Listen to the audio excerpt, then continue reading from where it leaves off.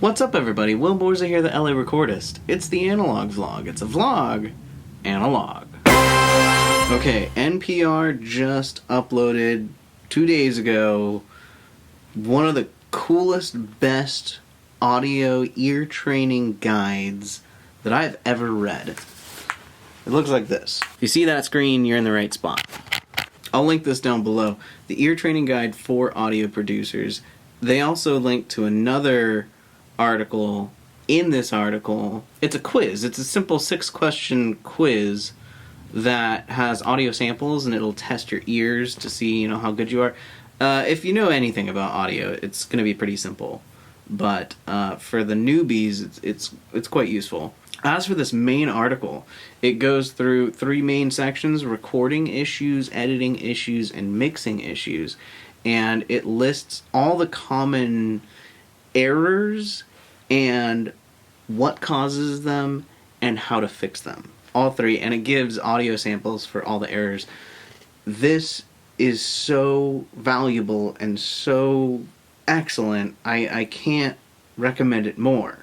In terms of recording problems, distortion, plosives, handling noise, if you're holding the microphone and moving it around, hum, hiss, wind, sibilance, great. For editing, choppy edits, clipped S's and F's because S lasts longer than other syllables, overlapping versus crossfading, that kind of stuff. For mixing, dealing with bright or muddy audio, phase issues, compression, bit rate, stereo balance.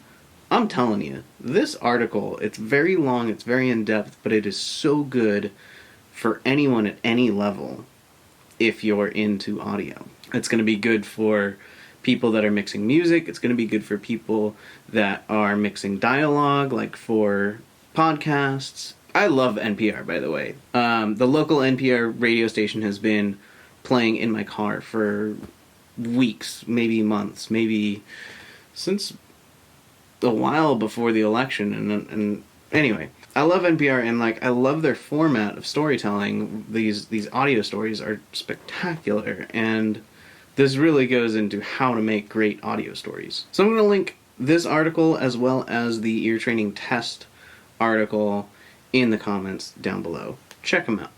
They're excellent. Now, before I get to mixing for the night, I have a question for you. I would love some comments on this because I'm trying to figure it out, and so is Leslie. We're working on our menu for the wedding. We want to figure out a good menu that won't offend anybody. Well, I don't really care if people get offended. My most important thing when it comes to the food is I don't want people to say, well, it was a great wedding, but the food was lame.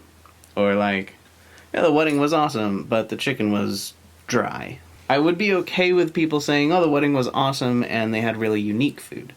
Like if we got a food truck or something, that'd be unique. And I think people would talk about that. They'd be like, man, the wedding was great and they had a food truck and it was sweet. Or I think I would most prefer if the food was just good and not noteworthy at all, just so that when people talk about the wedding, they say, oh, the wedding was great and Leslie looked beautiful. I'm thinking maybe one of the best ways to get that would be to get a a street taco truck, because that's sort of a staple at Hispanic parties, and Leslie's whole family.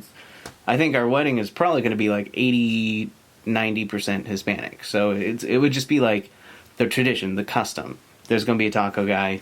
You can go up, you can order tacos. I think that would most likely result in the wedding was great, Leslie looked beautiful. But I also wouldn't mind if people said the wedding was great and they had a really cool food truck. Or the wedding was great and we got to make our own pizzas. Or the wedding was great and your idea that you write in the comments here. So let me know what you think. If you have any good ideas for catering, or if you've been to a wedding and you're like, oh, they had this food and it was great, send that recommendation along. I'm really interested in hearing what you have. As for the rest of the vlog, I think that's it. I gotta get to mixing. See you tomorrow. Peace.